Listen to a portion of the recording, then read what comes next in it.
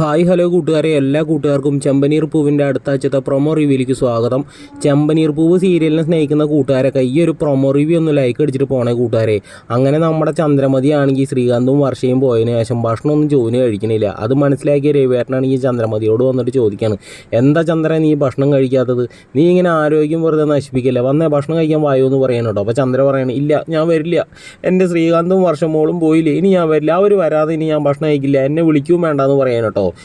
പിന്നീടാണെങ്കിൽ നമ്മുടെ സച്ചിയാണെങ്കിൽ ഹോട്ടലിൽ പോയിട്ട് കുറേ ബിരിയാണി വാങ്ങിയിട്ട് വന്നിരിക്കുകയാണ് കേട്ടോ സുഹൃത്തുക്കൾ. എന്നിട്ട് വാഴയില ടേബിളിൻ്റെ മുകളിൽ അങ്ങോട്ട് വിരിച്ചിട്ട് അതിൻ്റെ മുകളിലേക്ക് ബിരിയാണി അങ്ങോട്ട് തട്ടുകയാണ്. മുട്ടയും ചിക്കനും ഒക്കെ അടങ്ങിയ ഒരു ബിരിയാണി. അപ്പോൾ രവിയേട്ടൻ ചോദിക്കുന്നത്, സച്ചി എന്താണത് സച്ചി എന്താണെന്ന് ചോദിക്കുമ്പോൾ, അച്ഛാ ഇത് ബിരിയാണി ചാലഞ്ച് അച്ഛൻ നടത്താൻ പോണത്, നീ ഹോട്ടലിൽ നിന്ന് മേടിച്ചാണോ ഇതൊക്കെ? ഇല്ലല്ല അച്ഛാ, ഞാൻ ഹോട്ടലിൽ നിന്ന് റെസ്റ്റോറൻറ്റിൽ നിന്ന് മേടിച്ചൊന്നുമല്ല, ഇത് പ്രസാദമാണ് അച്ഛാ, പ്രസാദം എന്ന് പറയാണ്. അപ്പോൾ നമ്മുടെ ചന്ദ്രമതി ആണെങ്കിൽ ബിരിയാണിയുടെ മണവും മുട്ടയും ചിക്കനും ഒക്കെ ഇങ്ങനെ കാണുമ്പോൾ നല്ല രീതിയിൽ വിഷമമുണ്ട് പുള്ളിക്കാരിയാണെങ്കിൽ ഇങ്ങനെ ബിരിയാണിയിൽ നോക്കിയിട്ട് വെള്ളം ഇറക്കിക്കൊണ്ടേ ഇരിക്കുകയാണ്. അപ്പോൾ സച്ചി അച്ഛാ അപ്പം നമുക്ക് ഗെയിം സ്റ്റാർട്ട് ചെയ്താലോ എന്നൊക്കെ പറയുകയാണ്. അപ്പോൾ നമ്മുടെ രവിയേട്ടനാണെങ്കിൽ ചന്ദ്രമതിയുടെ മോത്തിക്ക് ഇങ്ങനെ നോക്കുമ്പോൾ ചന്ദ്രമതി ആണെങ്കിൽ പതുക്കെ ഇങ്ങനെ റൂമിലേക്ക് ഇങ്ങനെ നടന്നു പോകാൻ കേട്ടോ. പിന്നീടാണ് കാണിക്കുന്നത് നമ്മുടെ ശ്രുതിനെയാണെങ്കിൽ ചന്ദ്രമതി നിർത്തി പൊരിക്കുകയാണ്.